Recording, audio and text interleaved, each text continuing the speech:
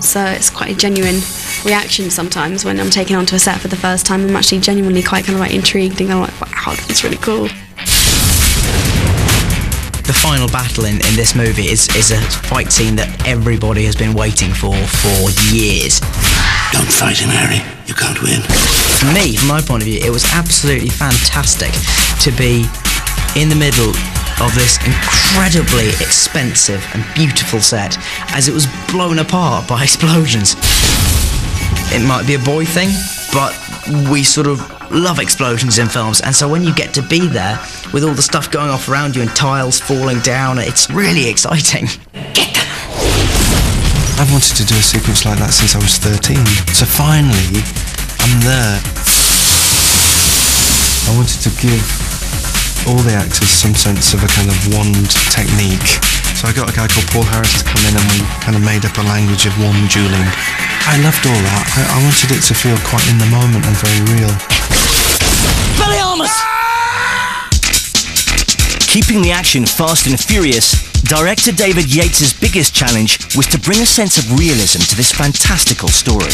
It was about bringing a sense of modernity to the story, a sense of truth and a sense of reality and a sense of edge and darkness. Voldemort may be after something. Serious?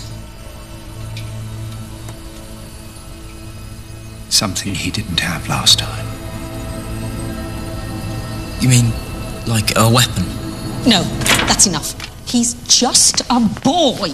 I loved what the other filmmakers had done. I loved Alfonso's film, and I thought Mike's film was big and bombastic and jolly, and and I thought Chris Columbus did a brilliant job in setting up the world.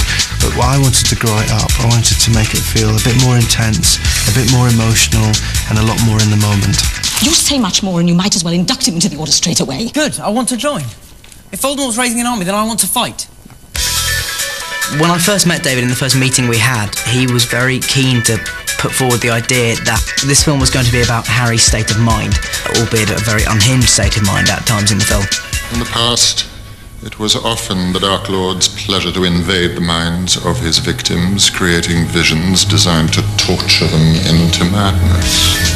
For me, that was both very encouraging and daunting, because obviously it's a great thing to hear, it's exciting to hear, but you're really going to have to be forced to new depths as an actor and new levels. But equally, it's like daunting. You start to think, oh God, will I be able to do it? In these lessons, I will attempt to penetrate your mind. You will attempt to resist. Prepare yourself. Gentlemen. One of the things that surprised me most about making this film was how much a buzz I got out of working with them, because they're fun to be with, and they're curious and they're ambitious. They want to be pushed as actors, and I like pushing actors. My responsibility as a director is to get the best out of people. That's what I think directing is. 3, 2, 1, go! What was brilliant about David was that he really backs his actors. He really believes you can do it. And when you have that kind of belief coming from somebody like David, you think, all right, well then, if he thinks I can do it, then I can do it. So let's go for it. Concentrate, Potter. Focus. 5 films in, we've seen the cast growing up on screen before our very eyes, reaching their adolescent years just like the characters they portray. Looking back on the first films is very strange. It's a very surreal experience to see how far we have actually come on this journey. Oh my God, it's just scary and really weird. For me, it doesn't really seem like long ago, because it's been like 8 years and we've changed a lot since then. It just feels like just one big, long sort of experience. We've been through a hell of a lot together, and we've pretty much spent every day together for the past 5 or 6 years, so we have a pretty strong bond. I'll never lose touch with them. They're sort of friends for life now. As ever, the race is on to film these books before the cast get too old for their characters. With the next film, Harry Potter and the Half-Blood Prince, getting underway in just 3 months, which sees director David Yates returning for a second spell at the helm. He's just done such a good job, and you kind of get a sense, yeah, that's unfinished business. He's got more to give to the series. I love Half-Blood Prince because it's a great book, and it's a very different book to this one. It's not as dark. It's going to be another really interesting step forward for the series. I'm not ready to graduate from Hogwarts yet. I've got more to do.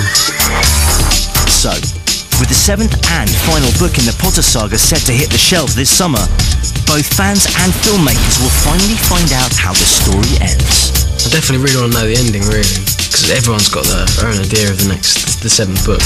Apparently 2 people are going to die, which is quite worrying. It is the last one, so it wouldn't really matter anyway. So. I still come back to each film with a lot of vigour and I've still excitement and really enjoy it. So I think it will be very sad when we do finally finish them. The Ministry's going to have a full uprising on their hands. But equally exciting in a way, because then I'll be out in the big wide world that's sort of free of Harry Potter.